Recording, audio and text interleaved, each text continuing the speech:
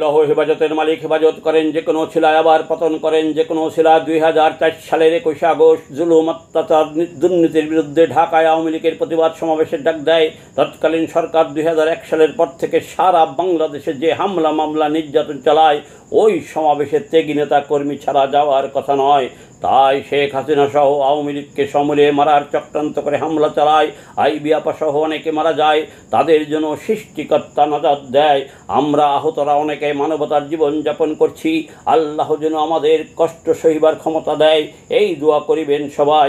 আমাদের কিছু কর্মীরা দল ক্ষমতায় থাকতেও সত্য কথা বলতো, শুনে অনেক নেতার জ্বলতো। তাই আগে ছিলাম দলের খারাপ নেতাদের কাছে পাগল, এখন হয়েছি জঞ্জাল। আজ 21 আগস্ট এই বছরের জন্য শেষ। ডিজিটাল বাংলাদেশ।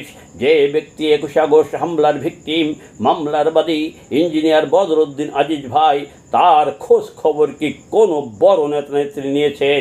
দল ক্ষমতায় থাকতে শেখ হাসিনা, খায়রুজ্জামান লিটন সাহেব, আসাদুজ্জামান খান কামাল সাহেব সহ বেশ কিছু ভালো নেতা নিত।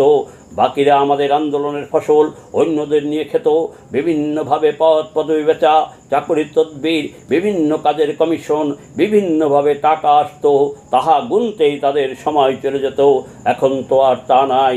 বদরউদ্দিন আজিজ ভাই খুব অসুস্থ, চিকিৎসার টাকা নাই। তার যদি নেতারা খোঁজ না নেয়, আর আমাদের মতো খেটে খাওয়া কর্মীদের খোঁজ নেয়, এই কথা গ্রুপে শেখ হাসিনাকে কয়, আর শেখ হাসিনা মনে হয় তাহা বিশ্বাস করে। শেখ হাসিনা আপনাদের মতো গু খাওয়া কুকুর তাউয়া নেতা না। শেখ হাসিনাকে বর্তমান কর্মী 80% সাধারণ মানুষ চেনে।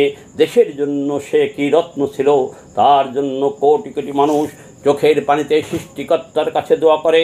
কিন্তু জুলাই চক্রান্তকারী আর আওয়ামী লীগের নামধারী মুস্তাক অনুসারী নেতারা চিনল না শেখ হাসিনা কি জিনিস ছিল।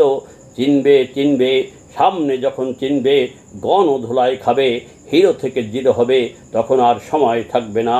অনেক নেতার তেলবাজ চামচা আমার কথা শুনে তাদের জ্বলে। তারা বলে সত্য কথা বলতে আমাকে নিষেধ করে। তাদের তরে বলে যায় আমার আইডি করিতে যাচাই বাচাই। দল ক্ষমতায় থাকতে 21 সাল থেকে বলেছি, দলের নেতাদের পদ পদবি বেচা, অন্যায় অত্যাচার, বিভিন্ন কর্মীদের হয়রানি করা, অনেক খারাপ কাজের বিরুদ্ধে কথা বলে তোমাদের নেতার কাছে ছিলাম আমি একটা পাগল। তোমার নেতাকে বলো শেখ হাসিনাকে বলতে, আমাকে সত্য কথা বলা থেকে বিরত থাকতে, তাহলে আমি বন্ধ করব। শেখ হাসিনাকে বলতে তোমাদের নেতা সাহস পাবে না, কারণ তোমার নেতার ভিতরে বঙ্গবন্ধুর আদর্শ মানবতা নাই। মনে আছে তার বিরাট ভয়। যার বুদ্ধি আছে ঘটে, আমার কথা সে বুঝবে বটে।